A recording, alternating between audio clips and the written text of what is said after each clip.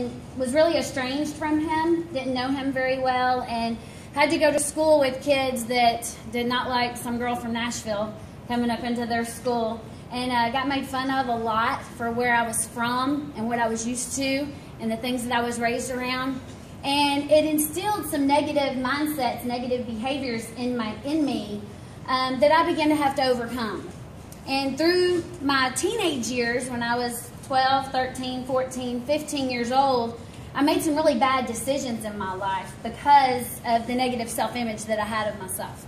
So I didn't believe that I deserved any better than what I had, and I didn't believe that there was really any way out for a girl like me to overcome some of the obstacles that were placed in front of me. I knew college wasn't an option for me, and just really wanted to get out of the house was my main goal as a teenager. I don't know about y'all, but I couldn't wait to get out of school and just be out on my own and doing what I wanted to do. The problem with that, though, was what I wanted to do was not the best thing for me most of the time. I made some really bad decisions. I wound up getting involved in drugs and alcohol. I found myself, even before I had a driver's license, out driving around in a stolen vehicle. I was not doing the things that were going to benefit me later in life because I didn't value myself, and I didn't know who I was. As I got older and became a senior in high school, I actually came to a relationship with the Lord. And at that time, I realized and just had this mind moment of that I'm a king's daughter. And not to get preachy or anything, but that really instilled something in me. That meant that I was to be valued and I was to be respected. And as a woman, and as a woman growing up in business and clawing my way to the top without my college degree and all of the things that I've had to go through, I had to keep remembering who I am and respect myself and all the decisions that I made. So in coming to you today, I thought if there were 3 things that I could leave with you to keep in mind as you go forward that are going to make you successful in life, even if you just grab one of these and do it consistently, I believe you're going to see results. So, do you like to know what they are? I want to tell you. Okay, so number 1, everybody say number 1. Number one. Know who you are. Know who you are. Know who you are. Know who you are. It's very good. When you're in class and you're talking about attributes and what kind of person you wanted to be known for, even today on some of the handouts that you're going to get, your attributes are listed on the front of that page.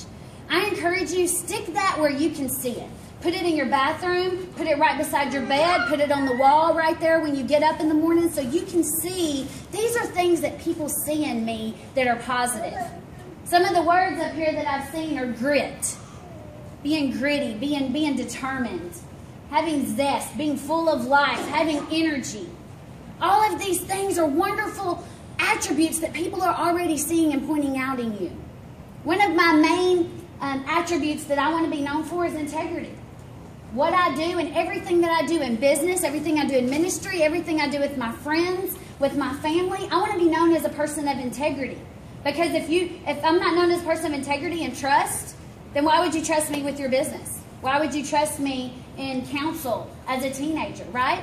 So look at those attributes every single day and think, are my actions today lining up with the attributes on my wall?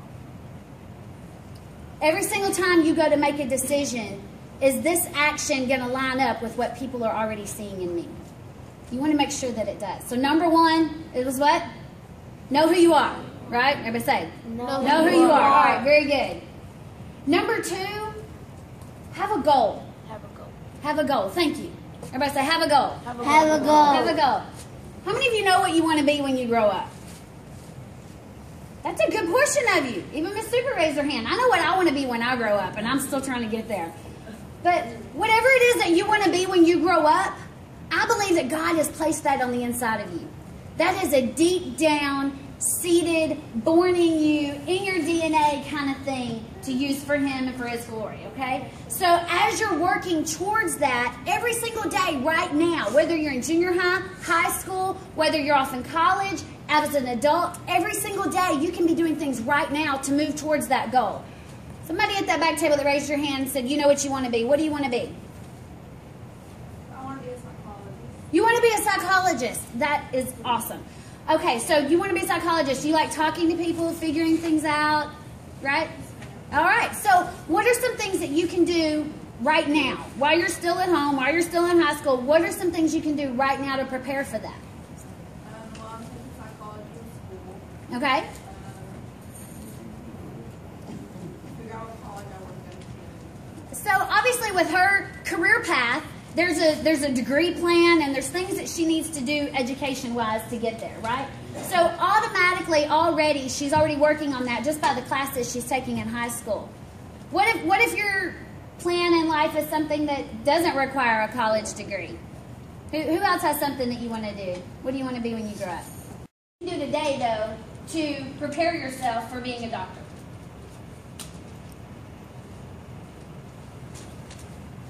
It's kind of hard to think about, right? Because like a doctor's way far out there. That seems so off in the distance. But do you know you can do things today? Some things that she could do today would be maybe to read an autobiography of a famous doctor. You're reading one. She's already preparing. So she's reading, she's learning about what other people have done to get where they are. You can also go and talk to a doctor. When you go to your next doctor's appointment, say, hey, I really want to be a doctor one day. What is some advice that you would give me? Ask them. They will tell you. So if you want to say you want to own your own business. Say you want to own, I had a kid in my youth group and I asked this question the other day and he said, well, I want to own a skateboard shop and I don't want to have to go to college for that. I said, great.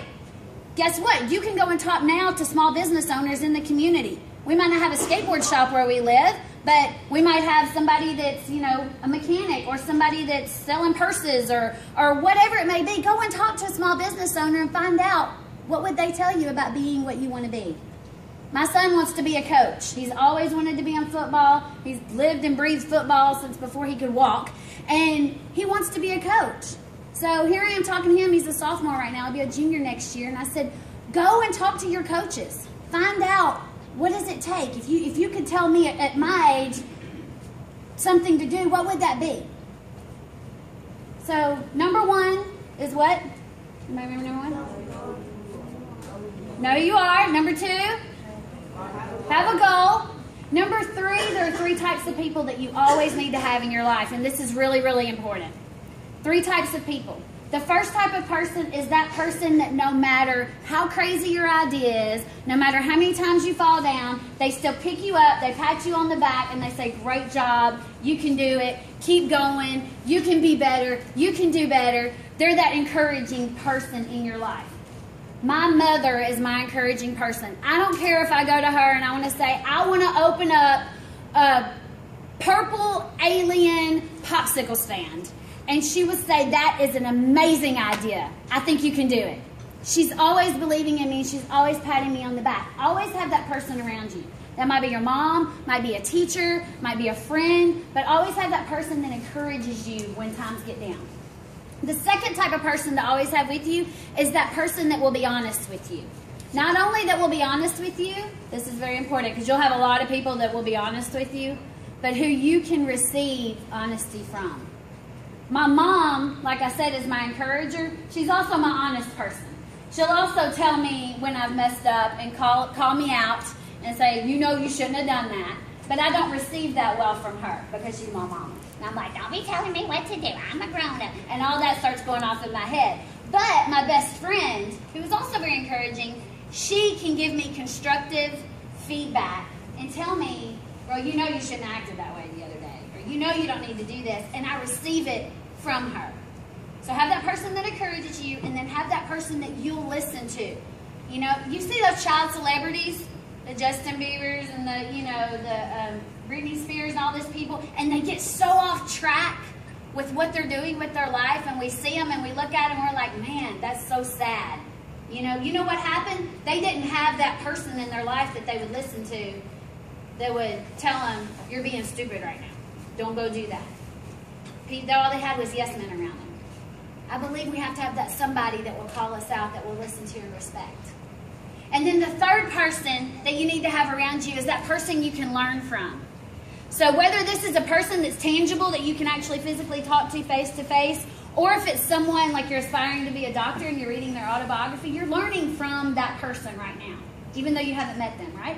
You're learning things, right? So Always have that person you're learning from. Always have that person around you that's already succeeded in an area that you're looking to go towards and that you can learn from them, whether it's from a distance or, even better, face-to-face.